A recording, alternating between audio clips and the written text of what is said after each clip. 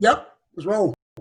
Hey, Copes, like I said from the top of the show, we have been blessed over the last couple of weeks to have some extraordinary guests from the entertainment industry. We've been laughing at Nazim Hussain. We had Peter Hillier, one of the great comedians of this country. Now we've got to re-pivot ourselves back to what we love the most, and that is, of course, basketball. And when it comes to the NBA and trying to find out someone that is at the top of the tree of information, of knowledge, and of TV experience, we have gone all the way to the very top. I speak of a friend of ours that we've done some traveling with, and that is Ric Bucher, who is currently working for the NBA with Fox Sports, but has done some terrific work over the years with other organisations, been a sideline reporter, and is also the senior writer for the Bleacher Report. I speak of Ric Bucher. Rick, I don't know how we've got you, my friend, but welcome to our humble podcast. Well, thank you very much for having me. I've been actually connecting through Fox Australia. I've been doing, I don't know, every other week, every couple weeks, right. appearing on Fox Australia to give updates on what's going on in the NBA. So happy to see you. Nice to meet you, Copes. As soon as I got word through my agent that Andrew Gaze wanted me on his podcast, I was like, well, the man saved my life. The least I could do is go on his podcast. Well, yeah, and you're talking about referring to an experience we had in China. We spent some time. You were doing Yao Ming's autobiography. I was in a team that was playing against Yao Ming. That's how we hooked up. We spent a couple of weeks together.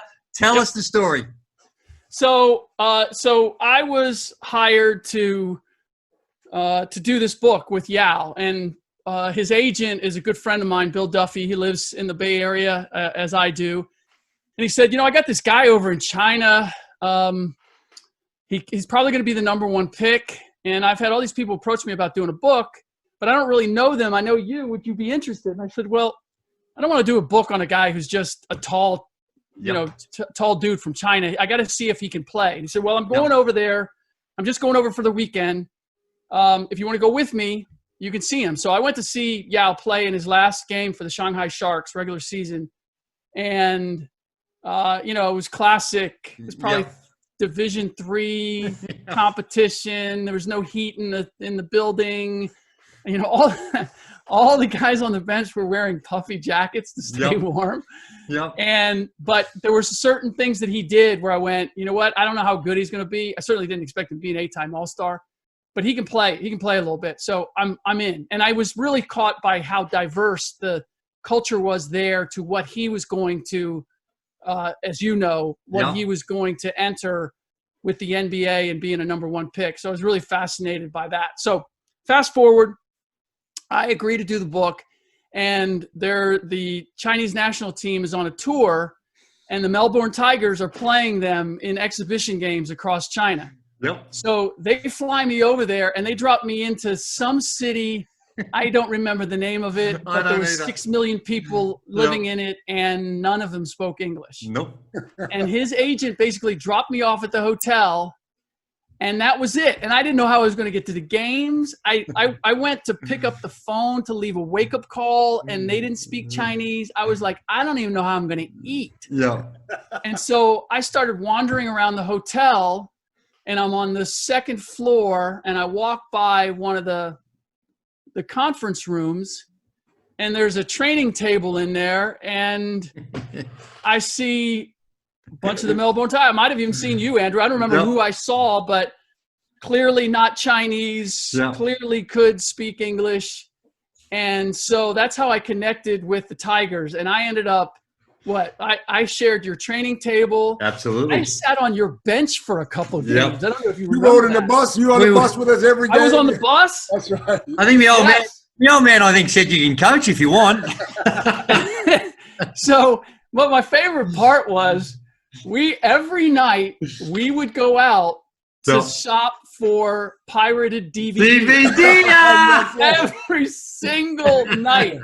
And there was one night where, for whatever reason, all the stores were closed or there's nothing open, and we're walking around, and we had become such addicts for doing that that we started selling them to each other. We were like trade just to like get the feed of. I gotta have some new DVDs. I swear to God. Well, we each brought home like 250 DVDs. You could see some of them was funny. I'll never forget the Johnny English one. Yeah. There's a Johnny English one, and you could see the outline of the silhouettes of heads in the front row on the bottom of the screen. Exactly. You hear somebody cough. Yeah. And you're like, they shot this straight out of the movie theater. Yeah. Bought it for like 50 cents. Wow. Yeah. No, they were incredible times. But I tell you what, though, when you think of China and since that trip that we did and how it's evolved to this such an important market for the NBA, and then with recent brouhahas that's been going on between Houston and all that, what do you make of where all that is at? And not just in the NBA landscape, it's actually gone beyond the NBA landscape. Yeah. It's gone to a very political issue. It has, and there's a lot of people that are taking opportunity that if they want to take a shot at LeBron or they want to take a shot at any of the NBA players or Adam Silver, it's like, standing up for social justice. Well, why aren't you standing up for China? Or why are you doing business with China? And it's an easy out. And what really bothers me is that there isn't a single American alive who can play that card. Because we all benefit from stuff being made in China. We're all utilizing stuff made in China. So this idea that like the NBA has these business relationships and they're violating some code, it's like, no. I mean, everything is made in China, and we've benefited from all that. So to suddenly say, well, what about the the labor and the conditions and all that stuff? And it's like, dude, you don't have a problem wearing Nike shoes. You don't have a problem using an Apple computer. You don't have, name it. For your utensils. Apple, whatever. Name it. Yeah. So but that's kind of where the United States is as a whole, is it's everybody is taking their stand, and, the other side is wrong, and the accusations of who's doing wrong is flying back and forth, and it's become really divided and really partisan, and it's sad to see. I mean, I don't know what the solution is other than hopefully we have a change in leadership in the country. But there's a lot of, I'll say that's two parts. One, I've never seen it so divisive. Mm-hmm. And on the other hand, I feel like it's making us recognize and face some harsh truths about our country. We were fooling ourselves for a long time about just,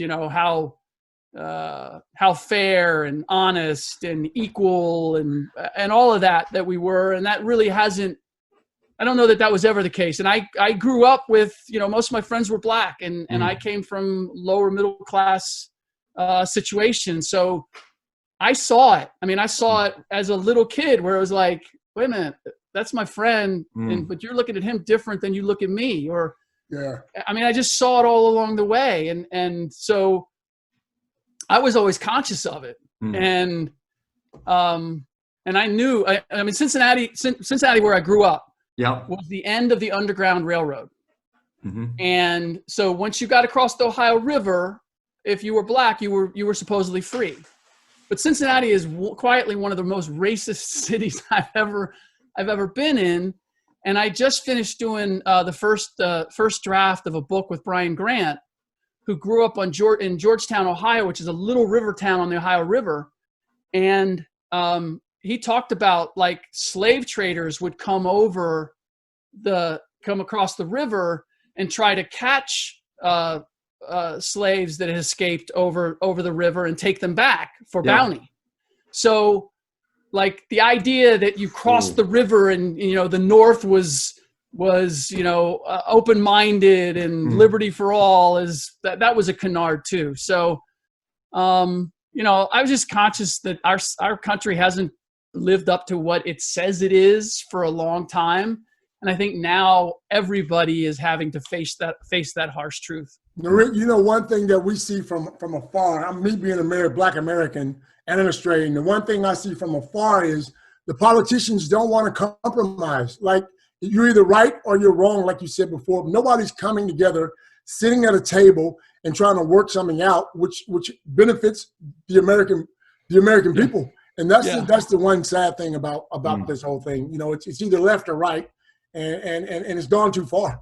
You know? Yeah, and it's kind of become everything, like the media and the way it operates, and it's all behind money and influence is what's driving it. Like, you want to be able to, and in a way, like I worked for ESPN for 14 years. I saw the same evolution with ESPN in that the desire to identify a specific target, a specific audience, and get all of that audience and what's going to appeal to them. That's what's driving the politicians and the media. Because ESPN, when I first got there, they would say, okay, so what should we be covering in the NBA? What are the stories that we should be chasing in the NBA? And then, 3-4 years, what are the stories with the Knicks, the Bulls, the Lakers, the Celtics, or the Spurs that we should be covering? Yeah. And then fast forward, it became, what stories do you have about LeBron? Right. And then it became, you just need to talk about LeBron today. They didn't even care whether you had a story or not. We just want to be able to play some LeBron highlights and say, coming up, Ric Bucher talking about LeBron. Right. And so it just became like, we know a certain part of our audience. If we say a certain topic, people are going to tune in, and that's what's going to drive our information. And I was reading something on. I was watching a special on how Trump became president, and he had certain people who realized that immigration was a real hot subject with Republicans in the U.S. Right. And so, and the rest of the Republican Party was not really addressing it. Yeah. So they went hard after that. And the wall. And it appealed. The wall, yes. And it appealed a certain faction. And they said they'd build the wall, and they had all they created this whole mindset that fed right into what people wanted to believe.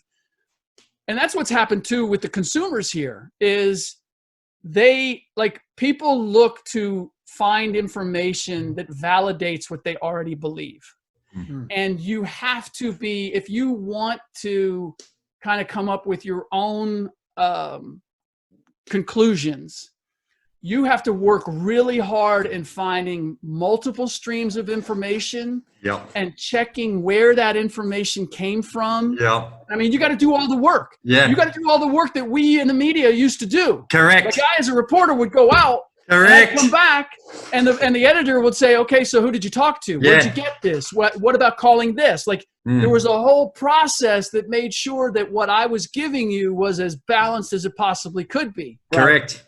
Now it's not about that. No. Now it's about, ooh, this is juicy. Yeah. Okay, let's go. I mean, that's just so we in the media, like, we're not as bad as people say we are, but we've created a lot of our own problems. Yeah. Well, it's not just the people like yourself on the ground, as you mentioned, and as you related in your response, it's when those directives are coming from the people with the ultimate authority, that makes it very, very difficult. But what about with the NBA and their stance? It's almost like there's two parties. There's some that say, well, this is sport. There's no place for these guys to be making their statement about it. And then there are others that are saying, hey, and I'm in this camp, God love you. This is a chance to have real good, something meaningful and some significant change to a problem. So where do you see the NBA and their stance, which I applaud, you may not, but has it been helpful? Because there are some that point to ratings and say, well, it's turning people off. It's not the right message. What's the impact of all that having?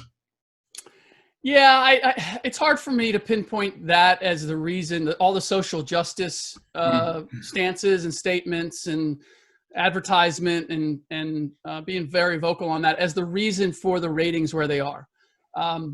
First of all, we're playing in a different part of the year. Yeah. Where basketball is normally not played. And a vast majority of the country, this is the time for them to be outdoors. Yeah. And so are they going to sit inside and watch games all day? Yeah. You know, you're going to lose a certain number of people that way. And then they're not used to watching basketball this time of year, you know? And so you lose that mainstream audience. Aside from the time of year, it's just not the rhythm of what they're used to. And so you're going to lose some there. I would say the fact that there is no bona fide, like LeBron James is still a star, but he's on the back nine, right? He doesn't pull the same way. Yeah, and the top stars in the league, Kawhi Leonard never says anything, so he's not like he doesn't sell, right? No. Giannis Antetokounmpo doesn't really sell, and so with the Warriors kind of coming apart, you know, that was the last vestige of a super team with super personalities, with like everybody, even if you weren't a Warriors fan, like you rooted to see who could beat them, right? Yeah.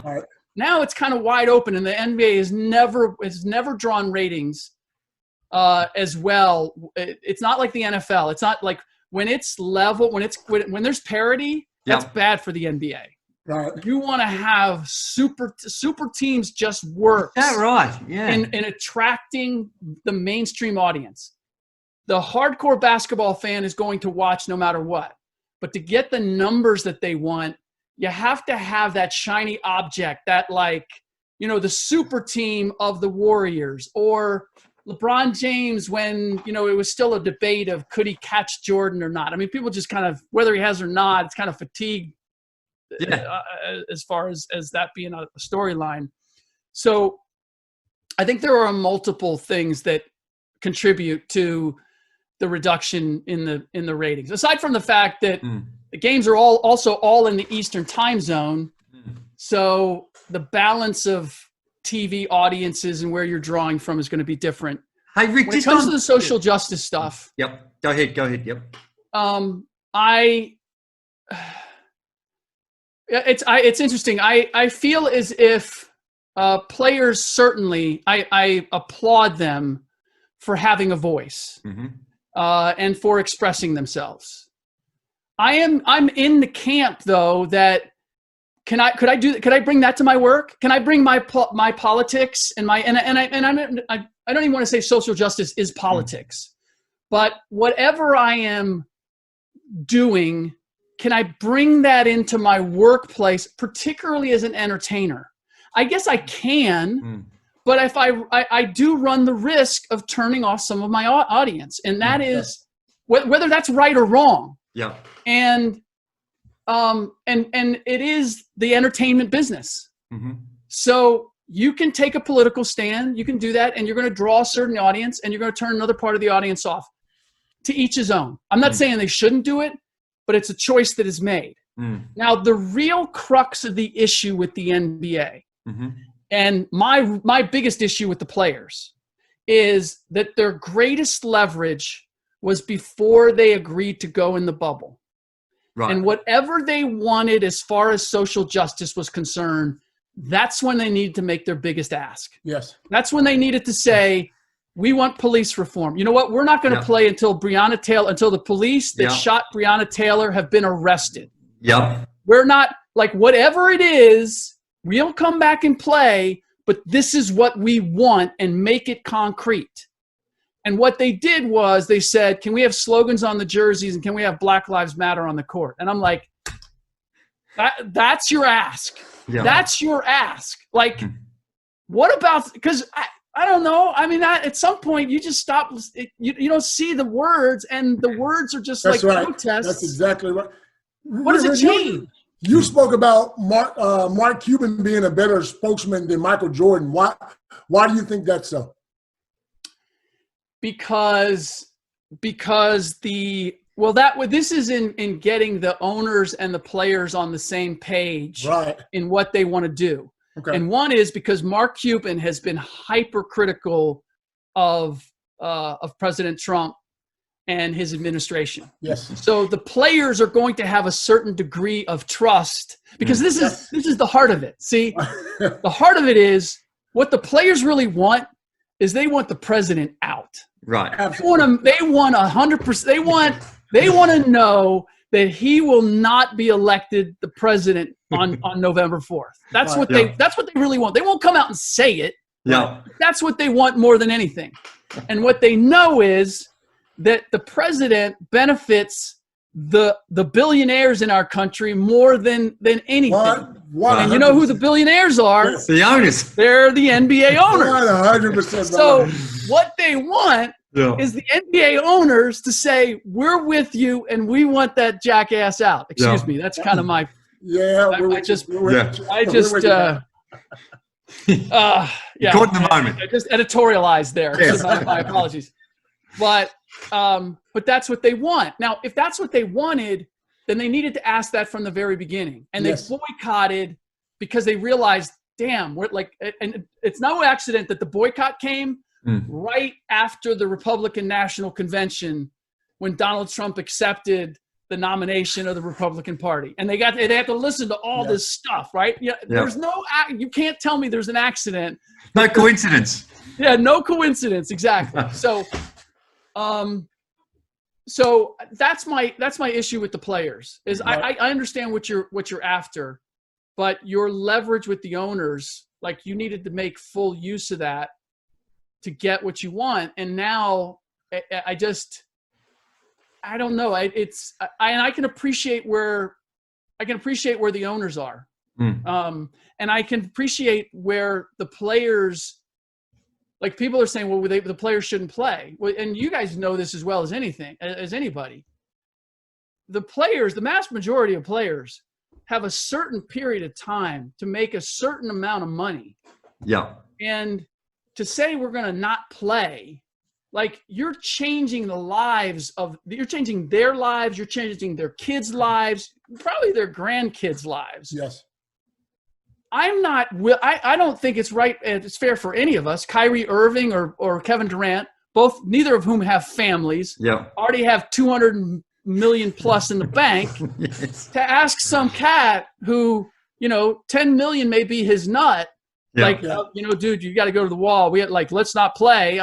No, come on. That's not, I can't ask that. That's right. Yeah. That's right. And I feel as if that guy having that 10 million and being able to assure his kids of an education and all of the access that money allows, you can't necessarily convince me that that's not a better way of approaching racial equality than not playing games and trying to force the country to make these massive changes. I mean, when the Bucks boycotted, and they weren't going to boycott until the Wisconsin legislature came back to discuss police reform measures, I was like, Wisconsin legislature doesn't care whether the Bucks play or not. Yeah, that's they don't care whether the NBA, what? How does that affect? That doesn't affect them, right?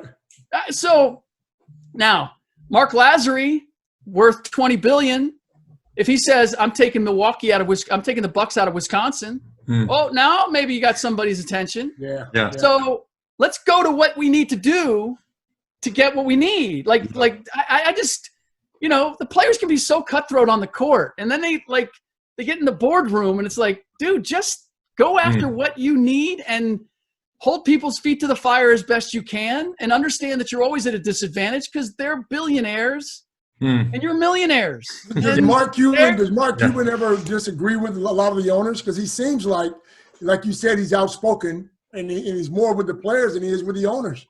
See, this is what I appreciate about you. I went so far afield and you brought me back to the question you asked in the first place. That's right. Thank you very much. No, he's in agreement with the owner. I mean, he has standing with the owners. Let's put it this way. He has standing with the owners to be able to convince them that he has their best interests at heart too. Right. And he also has the advantage that they all want to be Mark Cuban. Like Mark Cuban was the first rock star NBA Yes, owner. he was. Yes, he Right? was. He was the first guy who made the most out. I mean, he basically put the Dallas Mavericks back on the map by selling himself. Yeah. By being at the arena, by being visible, by being a technical fan, fouls, doing all the crazy stuff. Yeah. all of that stuff. And now, fast forward, he's got his own, like, he's the Shark Tank, the TV show. He's making guest appearances on Entourage. I mean, he's played himself on a variety of TV shows. I think it was like 20. There's at least one or two every year. And then I saw Mark Lazary, again, the Bucks owner, making a guest appearance on Billions, the show Billions. Yeah. And I was like, there you go. I mean, so he has cachet with the other owners because of who he is as much as anything. Hey, Rick, what about the recent, I don't want to call it controversy because it wasn't controversial, but it was made an issue by some in the some commentators with the appointment of Steve Nash. And and dumbest thing ever. Dumbest thing ever. Yep. Yeah, that's what we all think, but we understand that the narrative in the States is not the norm. Well, look, you're saying some. Yeah. Stephen A. Smith, right, was the conductor of that train. Yes, he built the train, he put it on the tracks, and then he shoveled the coal into the freaking furnace. Driving by himself too. And just so people understand, we're talking about Stephen A. Smith saying that it was unfair. He said it was white privilege. It was white privilege, and it was unfair. Steve Nash being hired by the Brooklyn Nets was an example of white privilege, which to me is ridiculous. But I am of white privilege, so it's hard for me to have some sort of Well, people will question my objectivity, but first of all, why did he say it? Well, I think it's just the narrative in the United States now with the whole Black Lives Matter, and there is absolutely no doubt in my mind there are racist undertones with many appointments, not just in the United States, but throughout the world. And he was there is a narrative going on, but he jumped on the wrong horse on this one, in my view. Yeah, I agree. 1,000%. Yeah. I mean, because there's no way to defend it as far as it was white privilege. Because, I mean, essentially it was Steve Nash has never coached before. And now he's coaching the Brooklyn Nets, who is, and this is another false storyline added to it to try to kind of prop up the idea that this was white privilege. It was basically Steve Nash has never coached before, and now he's been handed a team that is championship or bust. It's not championship or bust. KD and Kyrie just signed contracts. Like, if they don't win it this coming year, it's not over, right? So that's kind of stupid. Second, if you want to go, well, what's the wisdom of that? Well, Steve Kerr had never coached prior to coaching the Warriors. And they did win a championship.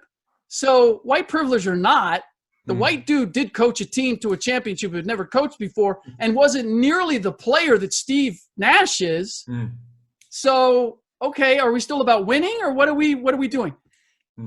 Third, Jason Kidd was hired without any previous coaching experience. Derek Fisher was hired without any previous coaching experience. Isaiah Thomas was hired without any previous coaching experience. So I've got more examples of Mark Jackson. Mark Jackson was hired as a head coach without any previous coaching experience. None. So, I have more examples of black athletes, former players being hired to coach than I do white coaches. So where's the white privilege? Now, it does come down to relationships. I mean, it's no accident that Sean Marks, and I don't know how you guys feel about a Kiwi being mentioned on the show, but no, it's okay. We'll claim him. If he does good things, we claim him as Australian. Don't worry about that. Sean and Steve played together in Phoenix. They knew each other well. Steve had a relationship that he established with Kevin Durant as a consultant with the Warriors. They worked out a lot together. Kyrie, from what I'm told, signed off on Nash being the coach. Yeah. I'll put it this way. Is it white privilege when two black superstars say that's the guy we want to coach us? Yeah. Like, I don't know. Yeah. Maybe it is. Maybe it's like, you know what? We're black superstars and we want a white guy coaching us. So it's lucky that he's white because we were only going to pick a white guy. I don't know. I don't know. Yeah, and Stephen A. Smith looks like shit right now, to be honest, because there's a lot of guys against him. A lot of his, his fellow commentators are against him, though.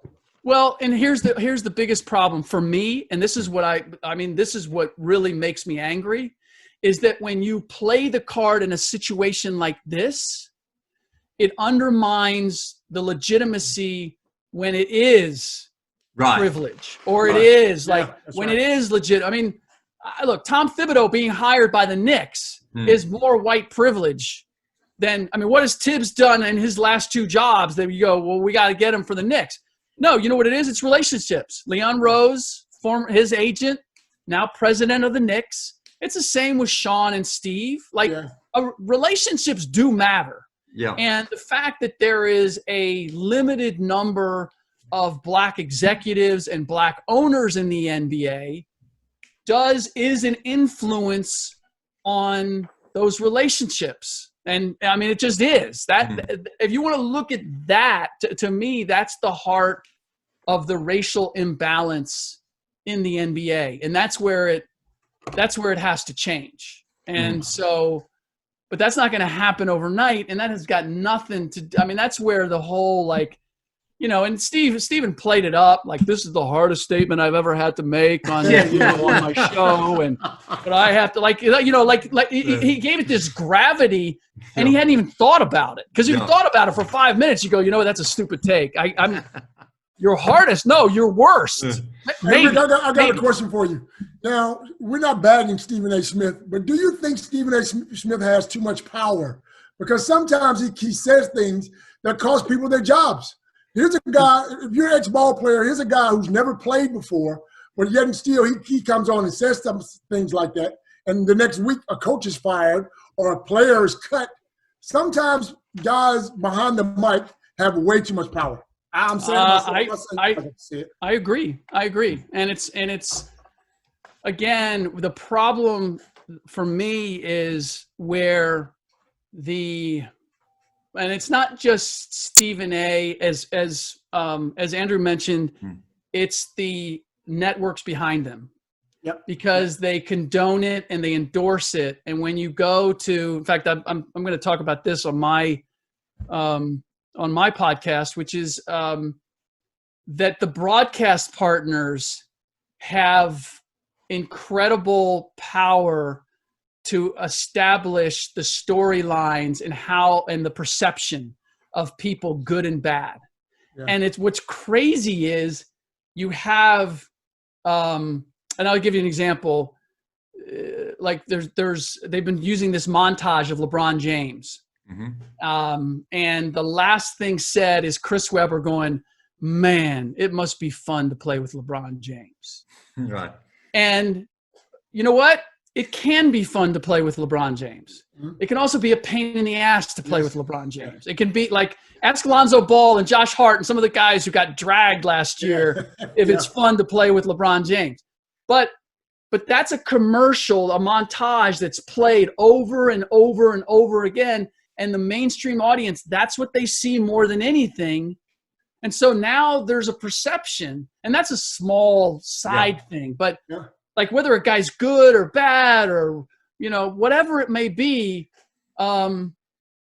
there's undue influence by the broadcast partners because they just have they have the biggest megaphone. And you look, and again, this goes back to our original thing. Yeah. Like you as a consumer have to consider the source. Like who said it? Like who's, he's like, he says crazy things. Like you have to look at Stephen A. Smith and go, Stephen A. Smith, look, I admire that Stephen A. has built the career that he has. Yes. But he's an entertainer. That's right. He's He's doing it for Stephen A. Smith. That's exactly right. Yeah, he's a character. Yeah. And maybe a caricature. And God bless him that he's making a ton of money doing it, and he's established this presence. Like, I don't begrudge him any of that. I begrudge the people who go, "Hey, did you hear what Stephen A. said?" Yeah. Who cares? Like, who cares? I'm like, no. That's, I mean, unless you're only telling me, like, for entertainment purposes, okay. Yeah. But that's like, it. That's to take it seriously, no. Yeah. No, that's it. And I think he is entertaining. I am entertained by him. But you've got to sort of keep it in context. But we want to get into some basketball things. But just going back on that same line that you're going down, and you're talking about the influence and ultimately money, and you spoke about it before, how parity in the NBA is not necessarily a good thing. There's a lot of conspiracy theorists out there thinks that permeates out actually into the game, where some of the officiating, some of the decisions, some of the privileges, some of the benefit of the doubts are maybe skewed towards those things that you're talking about, not necessarily saying, well, this is a pure and fair contest. Is that fair? Have you seen any evidence of it? Because I think it's pure. I watch it and say, well, that's just a bad officiating decision. That will happen from time to time. Yeah. But there's others that jump and come to put 2 and 2 together. It's not coming up with 4. It's coming up with 7,022. Yeah. Yeah, no. I worked as a referee in the D League when they first started the D League, the NBA's minor league. Yep. And so one, I know how challenging it is and how every officiating crew works together. And so your responsibilities change depending on each time you go down in the court, what position you're in, and all the things you have to keep track of. And so I just find it hard to believe that you could swing a game. I mean, it would take so much coordination. Correct. And it would take you'd have to have a second brain to be able to do it, right? Yeah. And if you look at the markets and the teams that have been successful, it doesn't always follow the storyline. You know, the storyline, oh, they want the Lakers in, you know, or they want da-da-da-da. Well, but it doesn't always fit. Like that doesn't happen. So, you know, if let's put it this way, if the league really wanted to maximize its earning potential, the last thing they do is have Giannis Antetokounmpo in Milwaukee, or Milwaukee, you know, having the best record in the league, or like there's just an array. Even the Kawhi Leonard and Paul George going to the Clippers, and the Clippers potentially. I mean, people don't understand that. Yeah, they're in LA, but they are the JV. They're the junior varsity. No matter how good they are. The Lakers hadn't gone to the playoffs in 6 years. Yeah. The Clippers were going every year, and like the second round, and they had Blake Griffin and Chris Paul, and the Lakers still outdrew them. It was still a Lakers town. Yeah. It just that hasn't changed. So it's easy to like pinpoint one decision and go, oh, they did this because of this, and you could probably find 6 examples of, you know, where it doesn't follow that logic. Yeah. Well, you talk about Giannis, and you're talking about him and saying, well, with the league, if they had their choice, how long do you think is he going to be staying in Milwaukee? Because he might have to make some tough decisions about his potential in a bigger market as well. Yeah, this is the thing. And I've talked to a couple people who've played with him. And first of all, the financial dynamics of the league right now are a huge factor, because nobody's going to have cap room to sign him outright. Because I was told by an owner just last week, the rise in the cap when a bunch of TV money came in that allowed the Warriors to sign Kevin Durant as a free agent outright. It's anticipated that the cap could go down from where it is the same amount. Right. So no one's going to be able to just sign him as a free agent. That's highly, highly unlikely, if not outright unlikely. And I was told by one of his current teammates, he would never force a sign and trade. Right. It's just not his mindset. Yep. And if you look at the international players that have become stars in the NBA, they generally don't have the American mindset of, I'm going to force my way to where I want to play and play with who I want to play with. It just doesn't happen. Pau Gasol was in Memphis forever until, they decided to trade him. He didn't ask out. Marc Gasol was there forever. He didn't ask to be, Dirk was in Dallas. I mean, you could go down the line. The guys that are international stars that come over and a team makes them their star, there's such a gratitude that that they don't. And I get the same sense from Giannis. Like Giannis's whole mindset is he owes the Milwaukee Bucks for betting on him. Love hearing that. I love hearing that. And I do too. I'll tell you what, if he took a different approach, I would think less of him. And I think the world of him. And I also think that the Milwaukee Bucks have not reached their potential because of Giannis, because Giannis has not reached his potential. Everybody over here wants to say, oh, you know what, he just needs more help. He needs a better second guy. He needs this. And I'm like, no. Giannis needs to be able to take over a game in the final minute. He needs to be able to play below the free throw line and have a game where if you double him, like now it creates havoc. And if you don't, he's either going to hit a mid-range or he's going to get to the bucket. Like he doesn't have that game yet.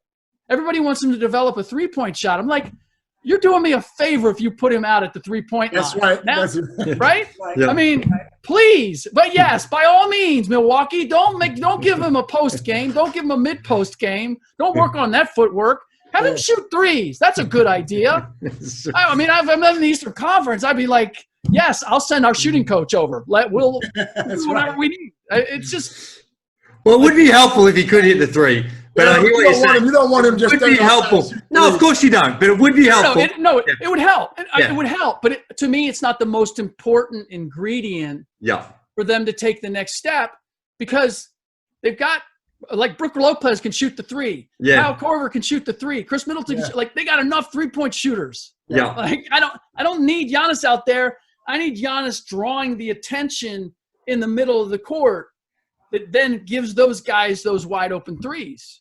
So, hey Rick, speaking of superstars, our boy Ben Simmons. Yes. And speaking of threes, will they stay together? Will they break that up? What do you think? Well, I don't think they're going to break it up just yet, simply because I think they're going to bring a new coach in there, and I would expect that it's going to be Ty Lue, from what I'm hearing, and see if he can make that work. He goes in there with the cachet of he coached LeBron. That's going to carry a lot of respect with those guys. So I think they're going to keep that together and see if they can make it work ultimately. The tricky part is, like, both of those guys now have had some injuries that scare me a little bit. And I think it can work. I think you have to play Ben more of a point forward than just, up top. I think they were on the right track when they put Shake Milton in that spot. I don't know if Shake Milton's the guy, but I think playing Ben as a point forward is the way to go. The problem is that they spent 4 years of losing in order to get all the draft picks to build this team. And so it was like we lost for 4 years. We purposely lost for 4 years to build a championship team. So now, second round, what they're doing is not making the playoffs isn't good enough, right? No. And the real issue is that for a championship team, this, having played with the Spurs, and this is true for the NBA, your best players have to be your hardest workers for your team to win a championship. Yes. And Joel Embiid has never been in ideal shape. And Ben has never developed a jump shot. And that, to me, is just a signal from your best players that is unacceptable. Because what it says is, it gives everybody the allowance. I don't have to be the best I can be. Like, I don't have to work on my weaknesses. That's right. Even though your complementary players need to work on their weaknesses more than the stars. Like, Ben can get away with it. Yeah. Joel can get away with it and still be a good player. It's not about them as much as what you're setting, the example that you're setting for the rest of your team that says, no, no bleep, you're like, no, you need to get back in the gym. No, you need to be in shape, because look at Joel. Joel's the best player on the team, and he put in the extra work. Ben's already talented enough that he doesn't need a jump shot to be an all-star, and yet he added a jump shot. Like, that puts the pressure on everybody else to meet what they do. If they don't do it, then it's kind of like even if Ben and Joel were the type to demand it, in the back of their heads, the guys are going to be going, well, dude, you haven't completed your game. Like, what? Rick, are you saying that based on your information, you don't think? And we've primarily focused on Ben because he's our guy and we love him. Is that the feedback is that he's not putting in the work? Because I look at what he's done with his shot, and his free throws are still not where they need to be, but he has shown improvement. I see some fundamental things that he's changed with his shot to say, well, that doesn't happen by accident. That you can only do that with a lot of work. Now, whether it's enough, I don't know. But to me, it seems like, well, he does look to me like he's putting in the work. Now, I don't know, though. He's not taking any three, but if he's not taking any shots in the game, then obviously the work is not helping him. You know what I mean? You have to show people that he wants to take some threes. Yeah, that's why I think that with a coaching change, they want to see if a coaching change will take. Right. Whether he was doing that because the way Brett approached it and was like, I want him taking at least 1 3 every game. And as soon as Brett said that, Ben went 25 games and didn't take another 3. So there was something obviously going on there. But I just look at a guy like Lonzo Ball, who's shot improved dramatically. But and I know the guy Fred Vinson who worked with him. Yep. And you can see the work, and he's shooting it. Yeah. And it's still it's not ideal, but it's vastly way better. Yeah. Even Markelle Fultz has found his way back, and that was really broke. I mean, that was he had like Charles Barkley's golf swing. But that was more in his head, Rick. That was more. He had it. It was. Yeah. It was. But if Ben has improved his shot, but he's not taking it in games, that has to be up here too, right? Yeah. I mean, that's my only explanation. No, of course, but I think that from a work standpoint, you see the 2-minute or the 30-second Twitter thing of him getting his work in. It does seem like he is. I know, but Joel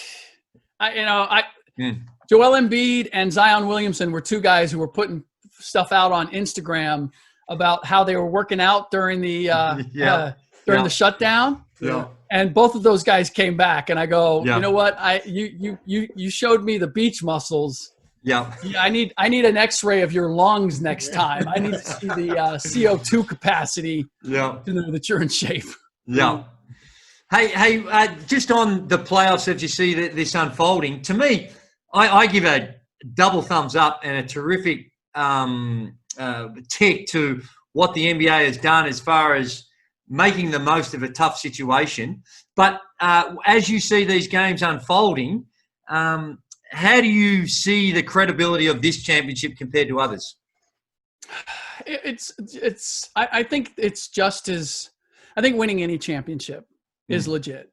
You have to – if you're all under the same circumstances and you prove you're the best, whatever it might be, they could be playing on asphalt, in Las Vegas in 100-degree weather. Whoever comes out on top, you found a way to come out on top. I mean, that's it. But the dynamics are different. And I think it's why you're seeing a lot of the young players excel and play much bigger roles in the playoffs than we're normally used to. Guys getting their first taste because you don't have crowds. Like these are just glorified workout situations, right? So you're not walking into a hostile arena of 20,000 people and, or even go to the hotel and having all like that buzz in the city going down the streets and all like there's none of that, right? This is like you're playing for the Summer League championship. And I think in some ways it may even be counterproductive, or let's say not advantageous for the older players who are used to that juice getting them going. Right? Because that's what we've seen. We've seen some of the older players struggle more, and we've seen some of the younger players excel. And I think that's what makes this circumstance unique. It's also, you didn't have the normal run-up to the playoffs.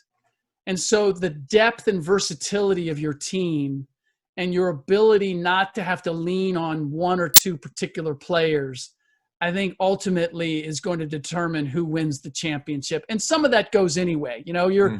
As you go high, deeper and deeper into the playoffs, now you're 7th, you're 8th, you're 9th, those guys have to suddenly come in and make a play. And if your 8th man makes a play and their 8th man doesn't, I've seen that determine championships. I've seen that determine, a game 5 or a game 6.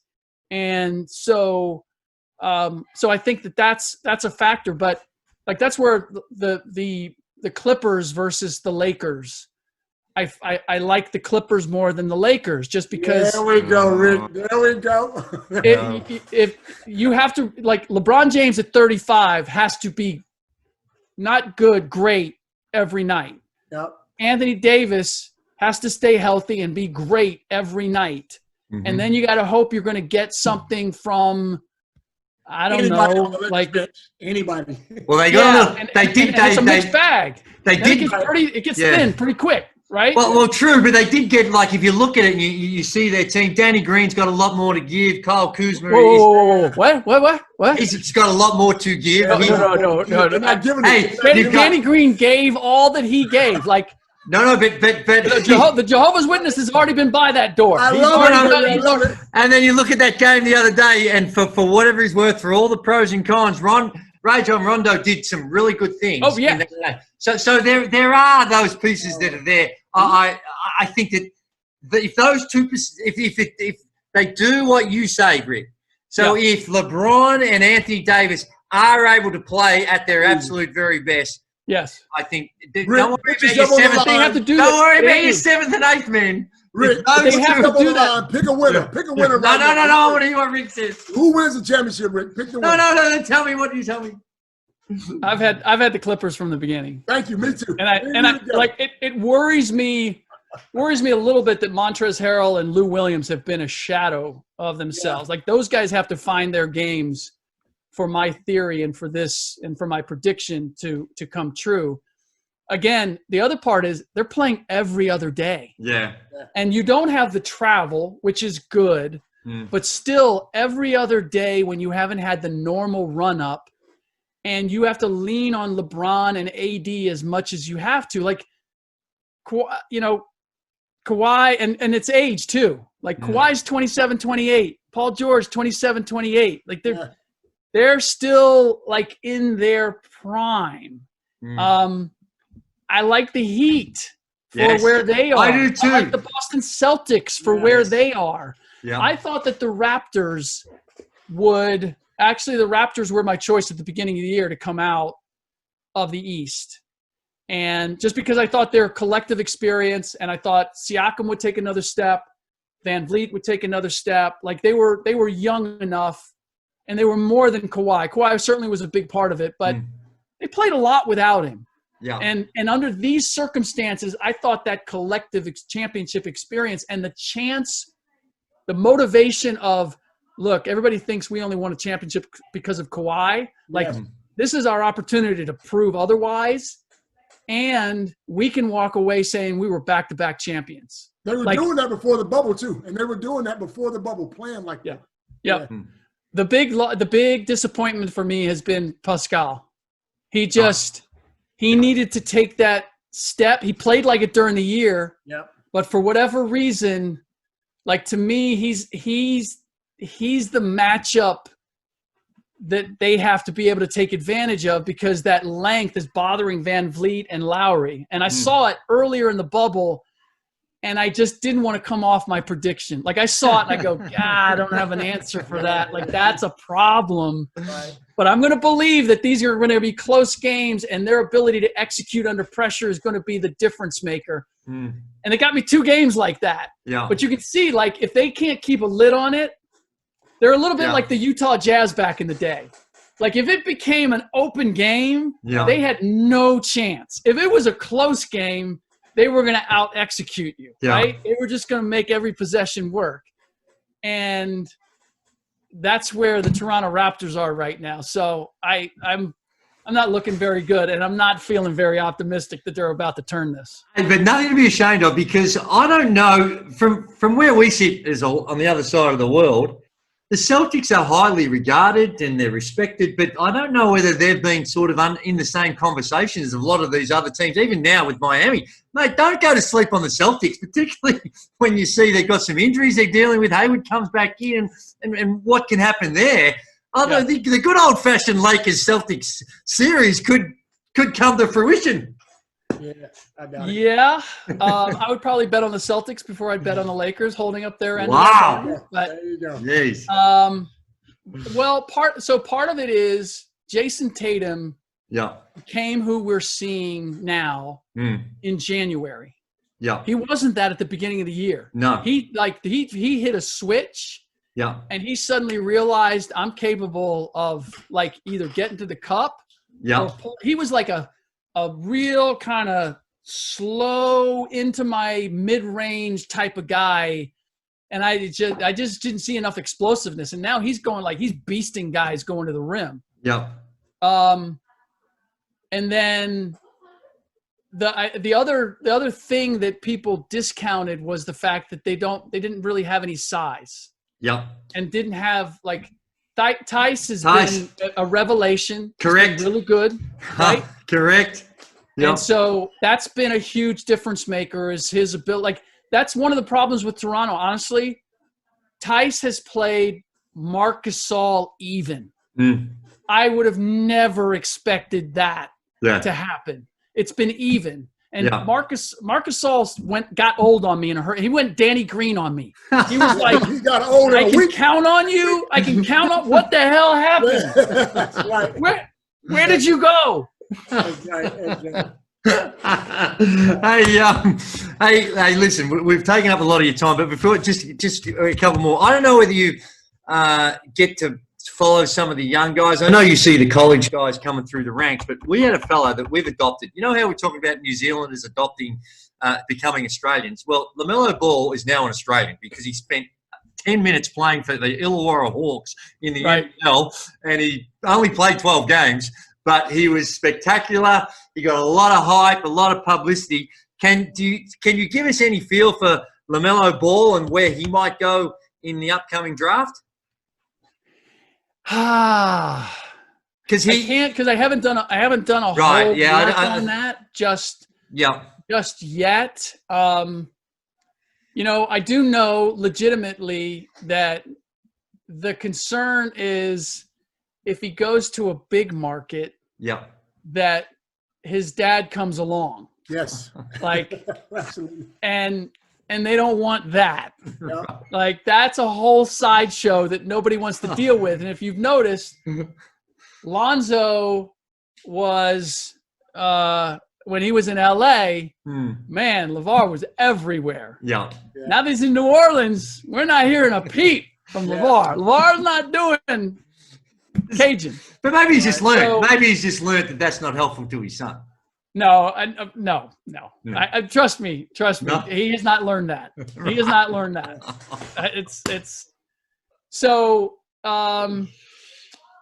It will be interesting to see where he ends up, and more important, kind of what the expectations are. Yeah. And how much this disruption affects the development of this entire draft class. Because normally these guys get drafted. Yeah. You have summer league. You have a normal run up to, you have a preseason. Like, there's how much have they been able to get done? And how much our team's going to be able to get done with them prior to them having to play the first time. And then I'll be interested to see like how much of a bullseye LaMelo has on his back compared to some of the other NBA players. Yeah. You know, and again, that's what LeVar brings if LeVar is around. LaMelo's not asking for it, but LeVar starts talking smack about who his kid is. Like if I'm on the court with him, I'm going, hey, you know what? I don't care whether LaMelo said it or not. If his dad said it, I'm about to. I'll punk his dad through his son if I have to. Hey, now, Rick, I know we know you got to go, man. I got one last question for you. You've been around a long time, and speaking of young guys, Michael Jordan, his sort of leadership back in the day was out there, was strong. Do you think these young guys today can handle his type of leadership? Or would they be able to handle his type of, his arrogant leadership? Because young guys have changed, I think. It's a great question. I don't know that it's one size fits all. Right. I think there are guys that could, and I think there are guys that are considered very good players that could not. Yeah. And to be honest, the Chicago Bulls did a good job. They had to go through the same vetting process. Not everybody could handle it back in the day. Right. And they would figure out who those guys were, and they weren't there very long. Right. And the guys who could, because it wasn't like Bill Wennington and Steve Kerr and Judd Bushler were the best players on the planet, or even the best players that the Bulls could get. Yes. Right. They were just the best players that could play a role and knew how to handle the pressure that Michael put on them. Right. And so I think you could still find those guys. The bigger challenge would be, finding a Scottie Pippen who's willing to be the number two. Yeah. And is good enough, is a great number two, is willing to stand in that shadow. Because that's what LeBron has run into, honestly, is that he sucks all the oxygen out of the room, and he's even not as he's not as tough on guys, but guys that are good enough to be right there with him, they're like, I don't want to be a number two, I want to be my own number one. That's right. So, you could you know what? I gotta believe that if you took a Paul George and you put him next to Michael, he'd become that. He'd handle it. And he'd be a much better player for it.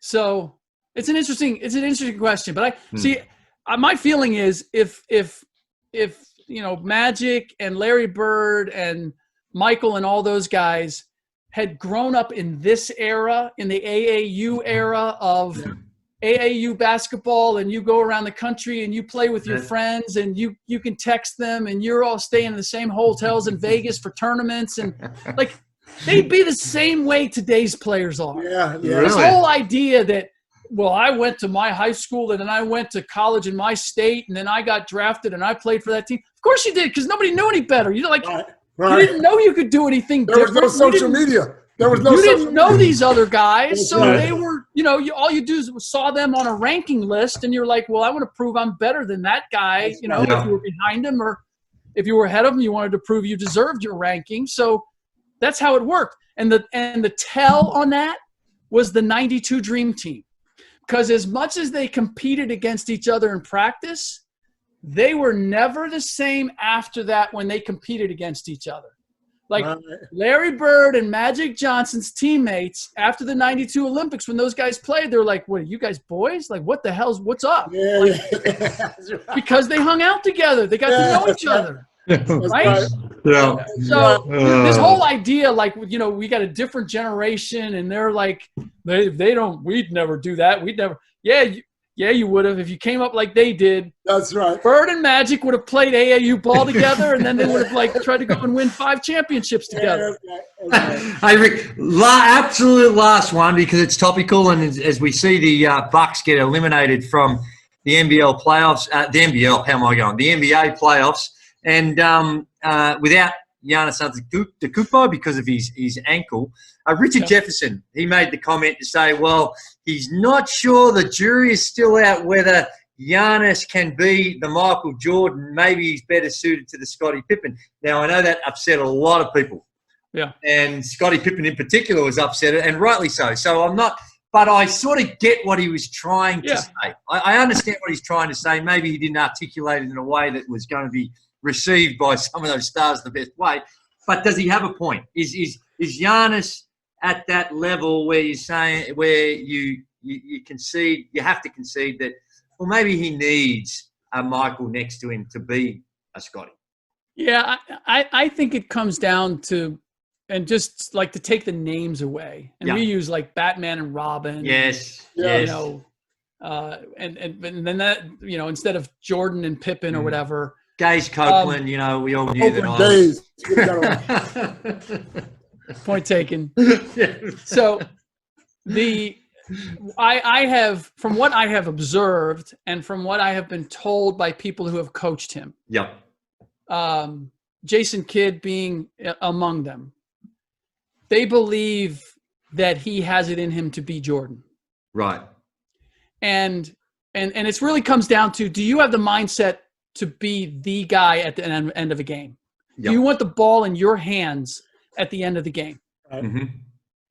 And I believe that he does. What I think the confusion is, he has a Scottie Pippen skill set. Yes. Right now. Absolutely. Where he's better as a defensive stopper and kind of a, what do you need me to do on any given, situation? A little bit like Andre Iguodala, maybe, right? Like, his versatility is what makes him so good, and his athleticism and his energy.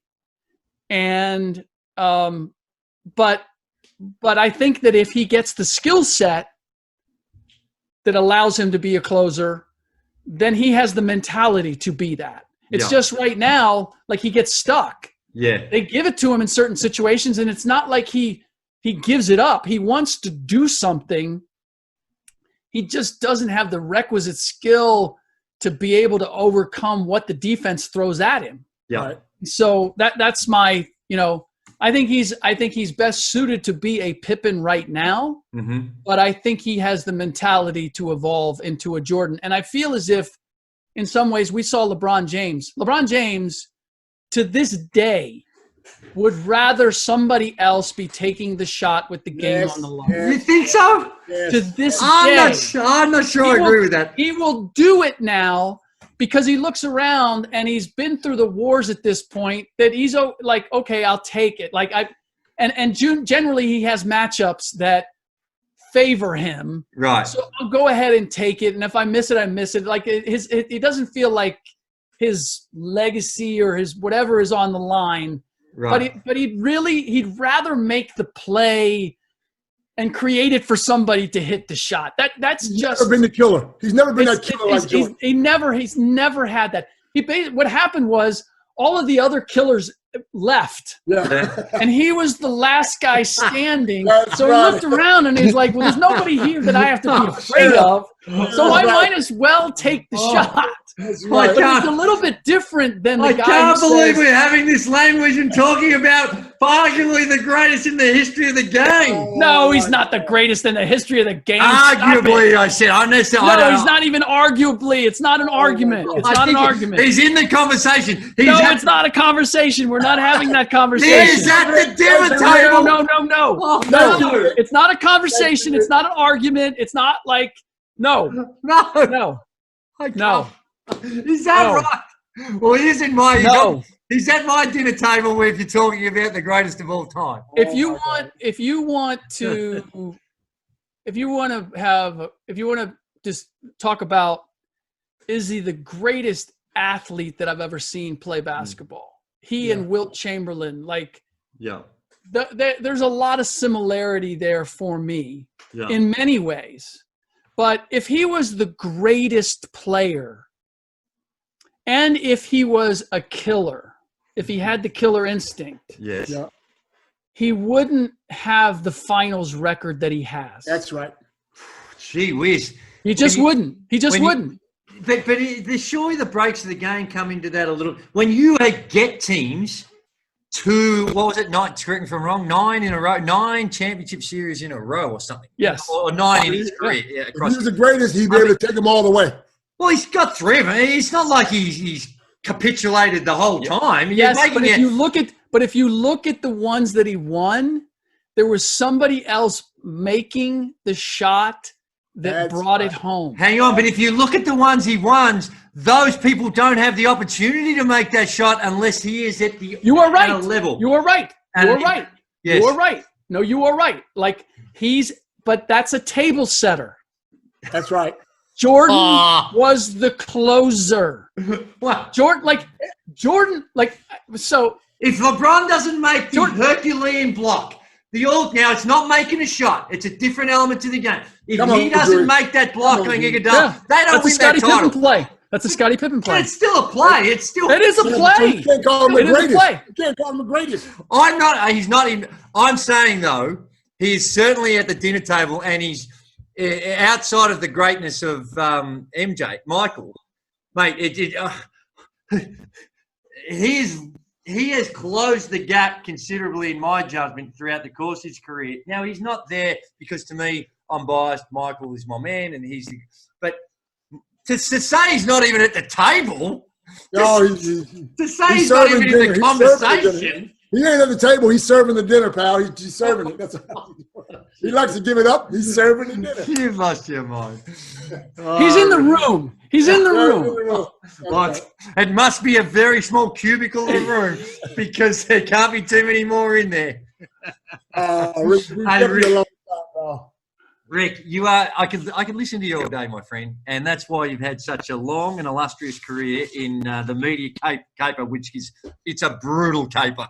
But you bring a lot of entertainment, a lot of insight, and like I said, I could listen to you for all day. We've taken up way more than your time than we should have, but we will follow you. People can catch you on your podcast, which very, very entertaining, and we're friends. And we'll see you on Fox. Hopefully we see you on our Fox channels over here a little bit more regularly because you bring a good insight into the game. So thanks very much for spending a little bit of time with us today. I'm only here, Andrew, because you saved me in China. So I would still be over in China somewhere. My career wouldn't have been done. None of this would have happened. So thank you. We appreciate it. We appreciate you, pal. I hope to catch up with you. You got it. Again sometime soon. Thank you, mate. Take care, Rick. Thank you, buddy. This has been a No Filter Media production. Say what you want.